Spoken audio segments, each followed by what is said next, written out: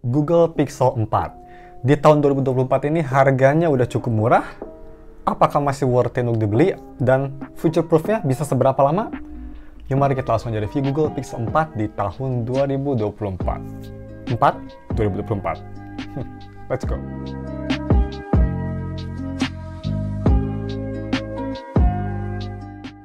Halo guys, nama gue Tom dari StepTech dan mari kita langsung aja review si Google Pixel 4. Seperti biasa, pertama mari kita bahas dulu untuk si harga dan speknya. Untuk harga, kalian bisa beli Google Pixel 4 yang varian internal storage 64GB, itu harganya sekarang 2,1 juta. Pas. Jadi ya bisa dibilang turun sekitar 600 ribuan ya dari tahun 2022-2023 awal kemarin.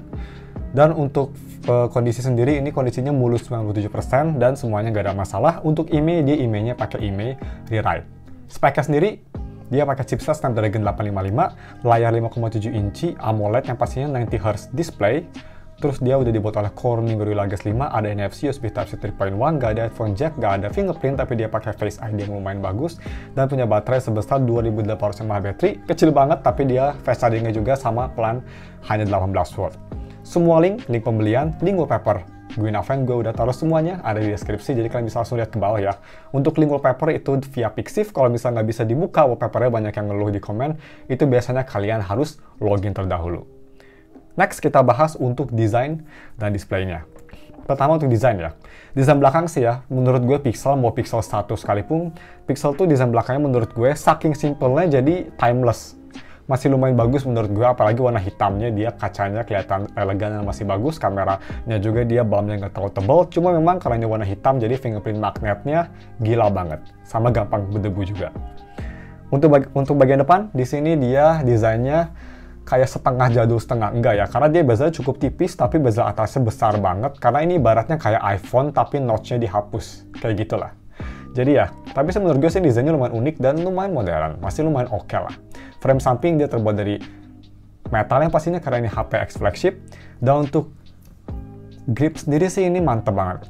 HP 5,7 inci, yap ini lebih compact daripada HP terkompact zaman sekarang sekalipun ya. Ini lebih compact 5,7 inci. Memang sih masih lebih enak iPhone 13 mini yang pastinya, tapi 5,7 inci ini enak banget dipakai satu tangan, easy, gak ada masalah, dan ini sangat nyaman banget. Apalagi kalau misalnya kalian yang suka bawa banyak barang, terus kalian hanya bisa pakai HP satu tangan, ini HP mantep banget. Dan untuk display sendiri, dia ini menurut gue displaynya memang Pixel bukan yang terbaik ya, even zaman sekarang pun Pixel tuh displaynya bukan yang terbaik, tapi di Pixel 4 menurut gue kualitas sendiri udah cukup oke lah. Dia warnanya lebih ke arah sedikit warm, tapi untuk kualitas sendiri cukup bagus, dia punya kontras yang cukup oke, warna yang cukup vibrant, enak dilihat, dan viewing angle yang untuk kelas AMOLED sih sebenarnya bukan yang terbaik, tapi acceptable. Jadi displaynya menurut gue masih enak lah, masih clear dan nyaman dipakai untuk konten. Dia juga udah support HDR10 dan White Color Gamut True. Sedangkan untuk visibilitas di bawah sinar matahari ini sebenarnya lemah banget ya. Bisa kita lihat itu di kondisi B-roll-nya tuh gue lagi di sore hari, sedikit matahari, luxnya tuh hanya 8000 aja, nggak terang-terang banget. HP memang kelihatan tapi udah ada arah-arah gelap ya. Yang HP biasanya kalau kondisi kayak gitu tuh harusnya terang banget. Jadi memang ini AMOLED itu AMOLED dulu yang memang nggak bisa terang banget. Dan untuk fingerprintnya, atau sebenarnya ini nggak ada fingerprint ya. Ini satu-satunya HP Google yang pakai Face ID tanpa autentikasi fingerprint. Dia pakai Face ID, pakai radar sensornya zaman dulu populer banget itu, gara-gara ngikutin Apple. Radar sensor sendiri menurut gue ini cukup bagus, dia scanningnya sangat cepat dan yang pastinya lebih secure daripada kamera depan biasa. Gue sih nggak ada masalah sama sekali ya, apalagi kan Google Pixel tuh terkenal fingerprintnya, even di Pixel 8 sekalipun bukan yang terbaik, banyak masalah. Jadi sih sebenarnya untuk Google gue lebih prefer Face ID. Dan untuk haptiknya pasti ini sangat-sangat baik banget. Keyboard nggak ada masalah untuk ngetik dan haptiknya ini sangat bagus. Kerasa powerful dan even zaman sekarang punya di harga 2 jutaan, nggak ada sih HP yang bisa menandingin haptiknya Pixel. Pixel sih nomor 1. Semua lininya enak-enak semua haptiknya. Pada zamannya selalu yang terbaik menurut gue, nggak ada yang bisa ngalahin. So ini juga di tahun 2024 sekalipun menurut gue haptiknya masih enak banget. Next kita bahas untuk audio quality-nya. Nah, audio quality via headphone jack ini masih bagus, tapi sayangnya dia nggak ada headphone jack ya, jadi kita pakai converter Type-C ke 3.5mm. Gue pakai coba 230, simple aja, kita cepet. Volume bisa cukup keras dan dia sensitivity lebih ke arah balance, tapi masih fleksi banget. Semuanya kerasa dengan detail, vokalnya oke dan bassnya cukup balance. Dan untuk kualitas speakernya gimana? Ini yang menurut gue kecil-kecil cabai rawit. Jadi kualitas speakernya menurut gue flagship banget. Sangat-sangat bagus. Kalau misalnya banyak yang nanya, ini dibanding dengan Pixel 4a atau 5a gimana? Menurut gue sih lebih bagus di Pixel 4. Kenapa? Karena dia punya mid-range yang kerasanya lebih rich dan lebih on your face. Jadi nggak cuma suara vokal dan bass yang cukup oke, tapi dia juga suara instrumennya kerasa banget dan kedengeran. Separasinya sangat bagus dan ini memang selling point terbesar sih. Masalah speakernya ini lebih bagus daripada Pixel 4a menurut gue. Apalagi tahun 2024 sekarang ya, mau dibandingin sama HP baru yang harganya sama sekalipun, ini masih bagus banget. Cuma ya memang dia volumenya nggak bisa super keras, tapi untuk gue udah cukup plenty keras. Ini dia sampelnya pakai speaker di volume hampir 90 ya, itu kalau nggak salah 90% 85. Kalian bisa pakai headphone biar bisa ngedengerin lebih detail bedanya. Check it out.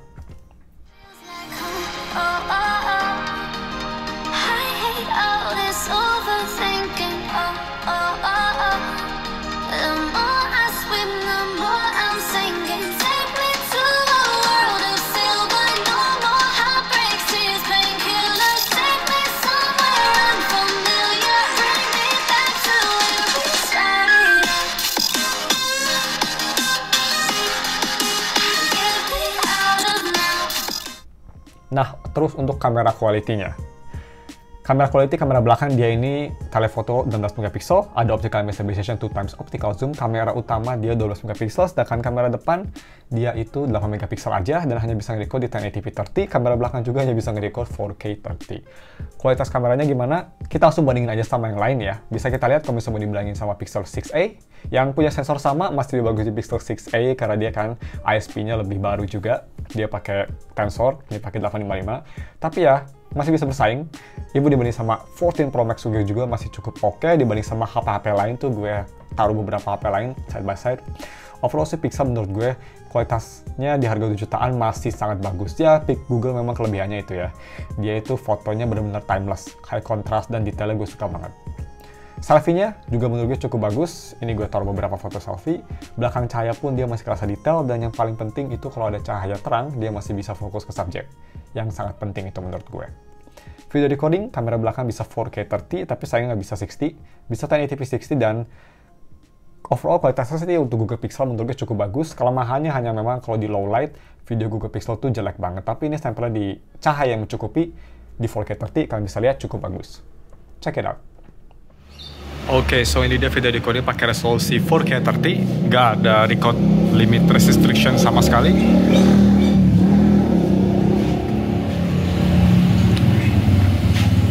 Fokus cukup bagus ya, sangat cepat. Dynamic range cukup bagus.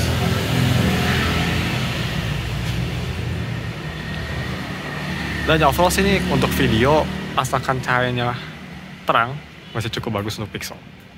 Langsung aja kita moving on ke gaming performance-nya. Let's go. Nah, kita omongin gaming performance yang bisa dibilang ini juga salah satu weakest point walaupun dia pakai 855. Ini probably 855 paling lemah deh. Kenapa? Karena HP ini memang cepat panas. Bisa kita lihat, gue coba main game cukup berat ya, Honkai Star Rail di settingan medium setting. Ini baru beberapa detik aja di game ya.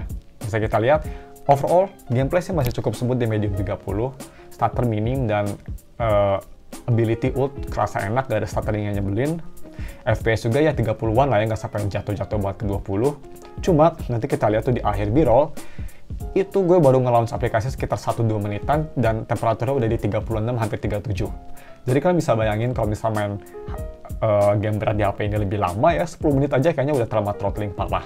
Google Pixel memang dari dulu sampai sekarang bukan untuk main game karena dia memang HP-nya tuh rata-rata cepet panas semua ya, apalagi Google Pixel 6 itu HP dari neraka tiba-tiba cepet panas. Jadi memang bisa dipakai buat main game berat tapi nggak bisa lama-lama. Tapi kalau bisa buat main game rhythm sih Google Pixel ini champion sih untuk kelas Android. Enak banget, apalagi ini yang gue suka dia displaynya tuh nyatu sama gamenya ya, terutama Bandori. Biasa kan Bandori suka ada black bar nggak jelas di HP Android. Ini nyatu sama gamenya, full screen-nya nice, haptic-nya nice, nggak ada haptic sih, sorry. Maksud gue sensitivitasnya nice, nggak ada audio, delay, overall main game rhythm, nggak ada masalah, nyaman. So, game performance masih cukup solid sih. Dan yang super solid ini sebenarnya dari UI experience-nya. Bisa kita lihat, ini gue sudah di Android 13 ya, kalau misalnya kita ke setting dan kita ke sistem. Sorry, maksud gue ke About Phone. Android 13, mantap. Dan memang Android 13 pun di HP ini masih cukup smooth banget. Buka aplikasi masih kerasa kayak HP flagship, multitasking masih enak banget, dan overall pakai HP ini sih menurut gue rasanya sama kayak HP flagship 20 jutaan zaman sekarang menurut gue ya. Memang di beberapa, kayak bisa dibilang kayak 90%-nya HP flagship zaman sekarang lah. Ini mungkin berkat Material U dan Google Pixel Experience-nya ya, yang memang kerasa smooth dan optimize-nya sangat optimize gitu. Jadi ya nggak kerasa kayak tua lah HP-nya, ini performance-nya kerasa kayak dari pertama di sampai sekarang kayak sama-sama aja gitu, nggak dilambatin sama Google-nya. So that's pretty nice. Untuk software sendiri gue nggak tahu ini apakah sampai Android 14, tapi setahu gue sih ini terakhir ya. Kalau bisa gue salah bisa komen di bawah. Dan untuk DRM info, tadi kita udah bahas sedikit di display ya. Dia itu di Color Gamut True, HDR10, dia refresh rate 90Hz, bisa turun ke 60, jadi adaptif, dan juga dia sudah di security level L1 yang pastinya. Nah, kita tes untuk signalnya bentar. Ini kita tes pakai wifi gue di rumah, pakai Bisnet. Gue tuh langganan yang speednya 200 megabit per second. Jadi kita lihat apakah 855 di Google Pixel 4 bisa mencapai speed tersebut. Langsung kita tes ya. Ini belum support 5G by the way, jadi ya. Lagian Google tuh kan walaupun support 5G juga, biasa di Indonesia kan di lock resmi Moga, jadi doesn't really matter. Speed bisa kita lihat cukup oke, bukan yang terbaik, tapi untuk umurnya sih cukup oke, 50 megapiksel download. Tapi dia naik pelan-pelan ya, that's pretty good. Dan untuk uploadnya kita lihat berapa? Dia uploadnya di 40, ya sama lah 50-50 ya. Ya diturun-turun, ya 50 lah kita buatin. 50 up, 50 down, menurut gue pretty oke, pretty good. Dan yang terakhir, sebelum kita masuk ke kelemahan dan konklusinya, battery life-nya. Kelemahan besar dari HP ini.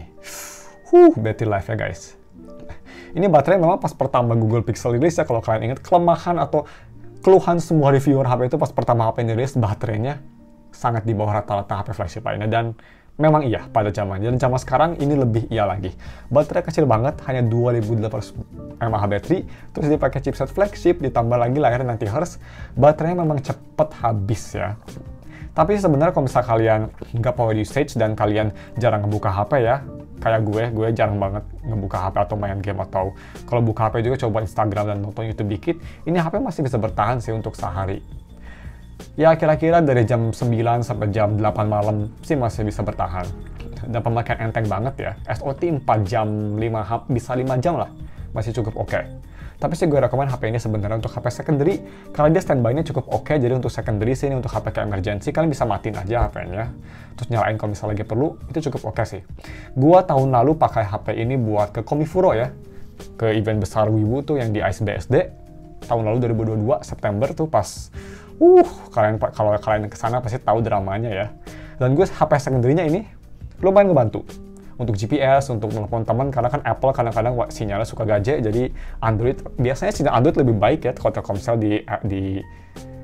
dibanding iPhone, gak tau kenapa. Jadi gue pakai Telkomsel di HP ini biar lebih bagus daripada iPhone gue. It's pretty good, masih oke sih, masih capable banget.